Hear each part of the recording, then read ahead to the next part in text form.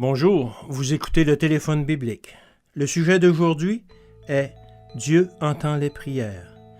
Le psaume 34 au verset 16 nous dit ceci. « Les yeux de l'Éternel sont sur les justes, et ses oreilles sont attentives à leurs cris. » Quand Jésus était sur la terre, il priait avec une grande ferveur. Souvent, il passait la nuit à supplier Dieu. Pourtant, il était le Fils bien-aimé et sans péché de Dieu. Si Jésus ressentait le besoin d'être en communion avec son Père et faisait preuve d'une telle passion en s'adressant à lui, à combien plus forte raison devrions-nous nous présenter devant Dieu de toute notre âme, nous qui sommes appelés héritiers du salut, qui sommes soumis aux terribles tentations de l'ennemi rusé et qui dépendons de la grâce divine pour avoir la force de résister. Satan est toujours prêt à nous faire croire que la prière est un acte formel qui ne mène à rien. Il ne peut supporter que nous fassions appel à son puissant rival. En entendant les prières ferventes, les hôtes des ténèbres tremblent.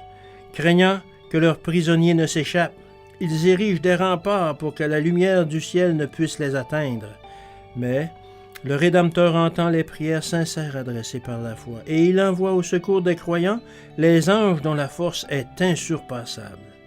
Quand ces anges tout-puissants viennent à l'aide des âmes affaiblies, les anges des ténèbres reculent, sachant que la bataille est perdue. Prenez le temps de prier. Demandez à Dieu d'œuvrer en vous et de vous transformer afin que le fruit de l'Esprit règne en vous et que, par votre vie sainte, vous puissiez être une lumière dans le monde. Chaque demande faite à Dieu par la foi et d'un cœur sincère recevra une réponse.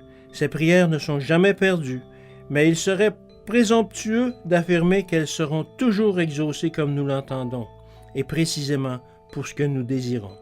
Dieu est trop sage pour faire des erreurs et trop bon pour priver ceux qui marchent sur le droit chemin de ce qui est bon.